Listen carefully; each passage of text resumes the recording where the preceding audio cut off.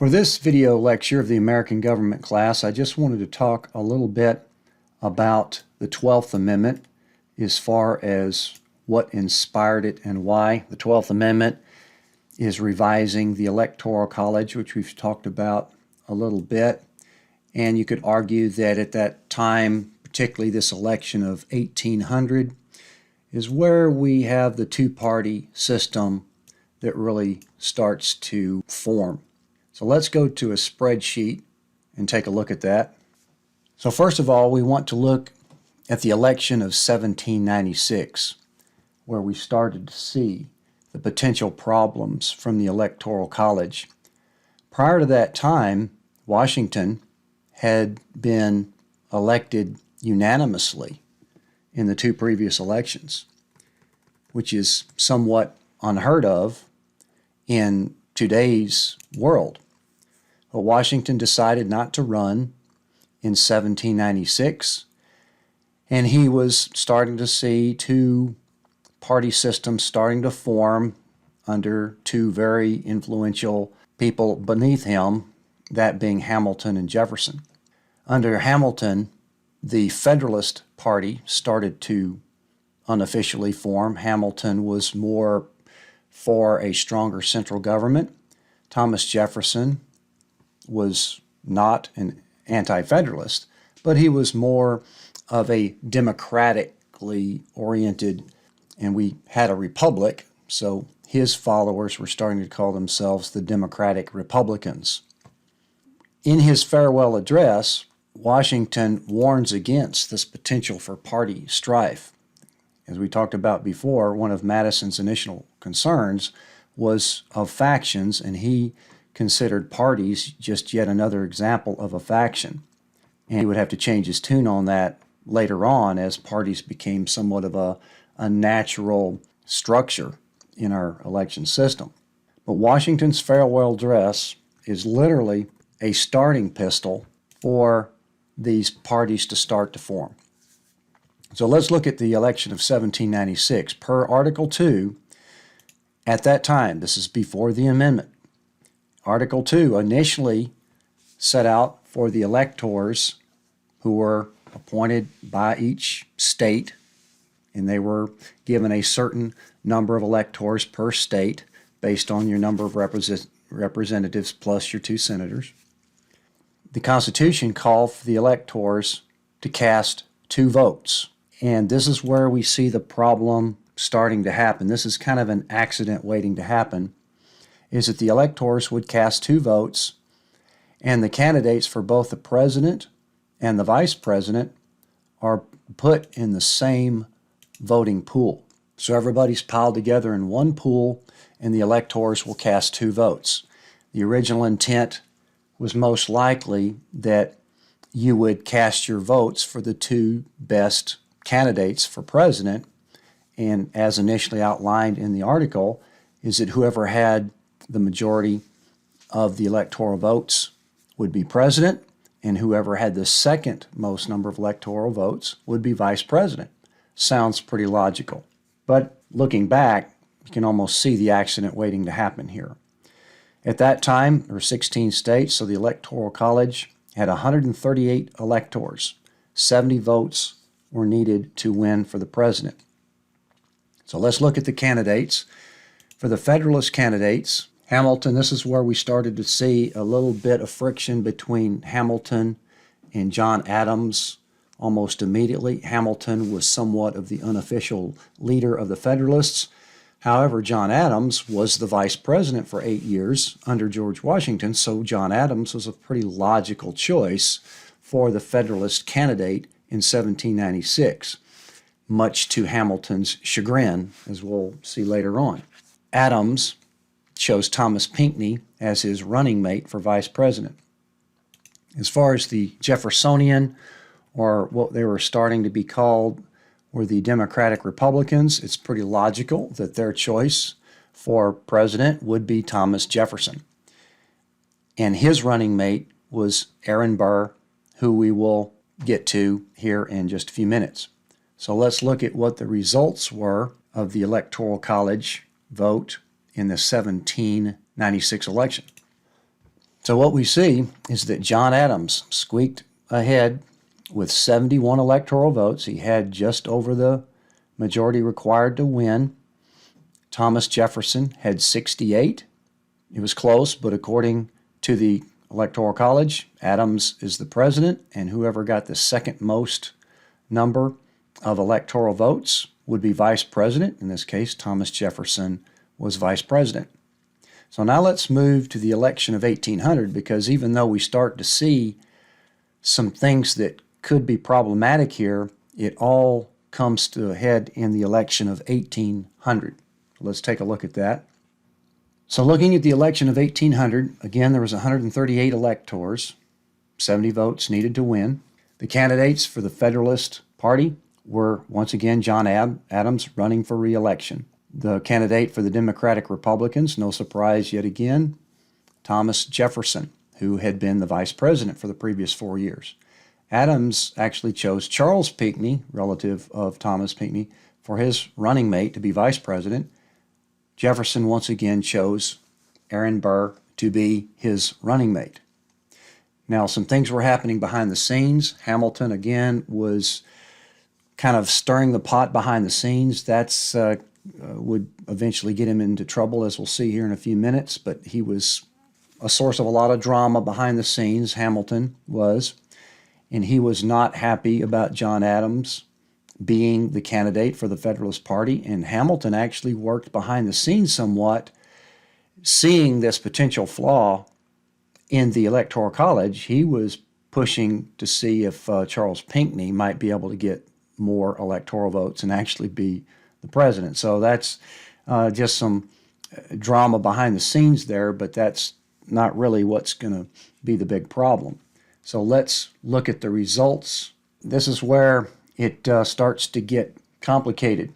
What happened is that Thomas Jefferson tied with his own running mate, Aaron Burr. It's 73 electoral votes each. They both got over the majority required to win, but they were tied. And here's where we start to see what was going on very quickly. Couldn't quite see it here in this election, but in this election it started to become very obvious that both electors were going to cast both of their votes to the same party, as humans are going to do that are loyal to an ideology. So that showed up very glaringly right off the bat in one of the very first elections where this was at play. Jefferson tied with his own running mate. So according to the Article 2, we haven't got to the amendment yet. It has to go into the House of Representatives for them to decide who is going to be president. This is where Aaron Burr starts to get a little bit more notoriety. Aaron Burr was not running officially for president. He was chosen as Thomas Jefferson's running mate. So Burr could have actually avoided this whole process by conceding the presidency to Thomas Jefferson, as was originally intended, and then him just take the vice president job, and he could have avoided all this, but he did not do anything to discourage the possibility of him becoming president. This will kind of come out a little bit more later on as far as the character of Aaron Burr. Now, according to the original Article 2, each state would coalesce into one vote. So 9 states with one vote each were needed in order to win the election.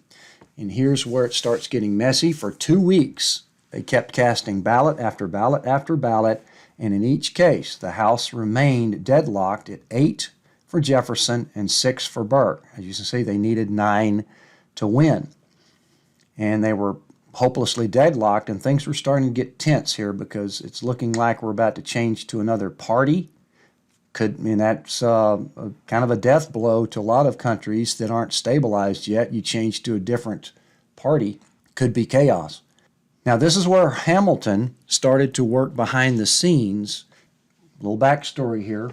Hamilton and Aaron Burr were bitter enemies from the state of New York. Big rivals, did not like each other. And Hamilton, now that Adams was already out of the picture, Hamilton, the quintessential pot stirrer here, because he was actually working against Adams, who was a member of his own party. Nevertheless, in this deadlock, Hamilton obviously preferred Jefferson over Aaron Burr.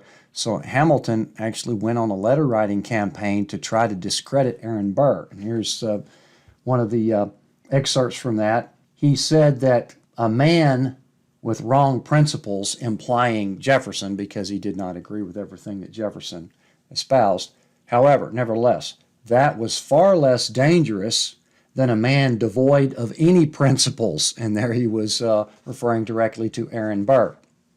Because on the 36th ballot, a couple of states swayed over, and Jefferson won the election 10-4, and Aaron Burr became vice president. But it was such a mess, and they already started to see this problem, this accident that was waiting to happen that you could see almost immediately, that the electors are more than likely going to cast both of their votes for the same party, which is going to result in a deadlock such as this in almost every election.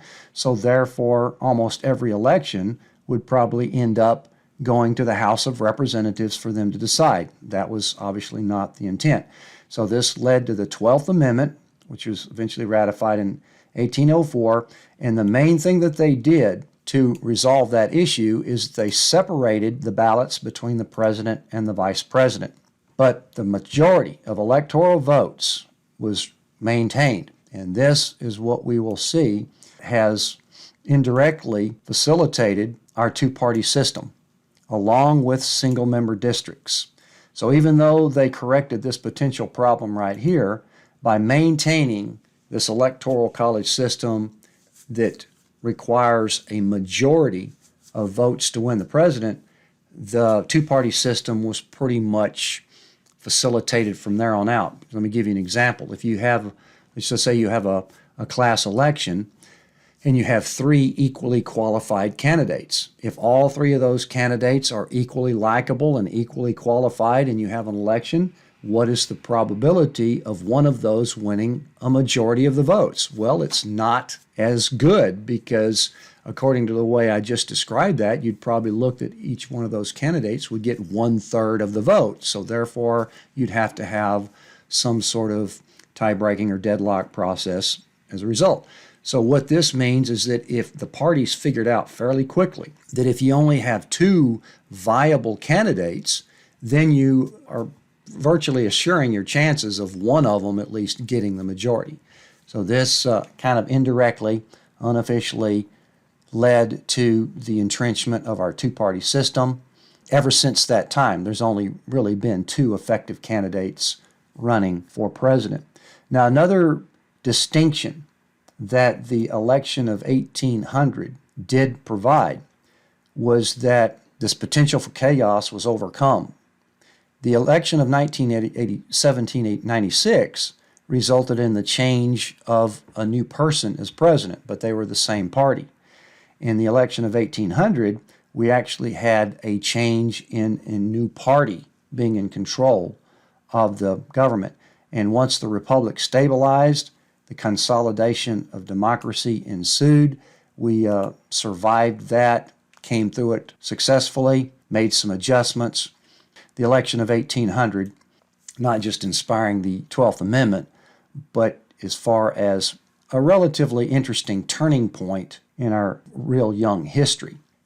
Now, the interesting footnote here is Aaron Burr and Alexander Hamilton, the bitter rivals.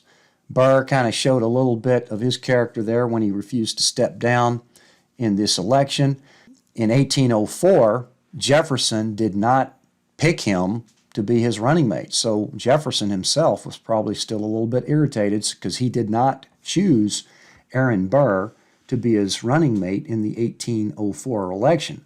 Burr immediately, even while he was still vice president, started to run for governor of New York, Hamilton's home state. Hamilton did whatever he could possibly do to prevent Aaron Burr from becoming governor of New York, and of course made some disparaging comments that led one thing to another, and then Burr challenged to a duel. Hamilton had. First shot. We do not know exactly what happened. A lot of these duels end up in the participants actually intentionally missing each other just to prove a point. Okay, we showed up for this duel and we made our shots. Okay, let's shake hands and go home. There's a possibility that when Hamilton shot first, that he missed intentionally, not for sure. Aaron Burr, however, did not miss, and Hamilton died within that day.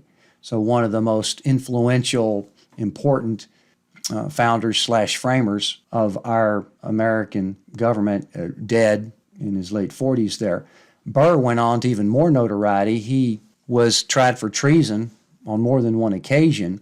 First case was that he tried to foment a revolution that would come in and try to take over the Louisiana Purchase, and then he would come in with some cohorts there and quell that revolution. So it was all planned and staged, and then he would become somewhat of the emperor of the Louisiana Purchase territory. Got tried for treason, but did not get convicted on that. Later on, he actually allegedly conspired with Napoleon, and this was before Florida had become a state, conspired with Napoleon at that time, who was gobbling up territory in Europe, and that if Napoleon would come over and try to take Florida, then he would set Aaron Burr up as the monarch of Florida. So Aaron Burr had a very checkered history as well. Hamilton, the quintessential pot stirrer that got him in trouble, and so that was an interesting footnote to this story.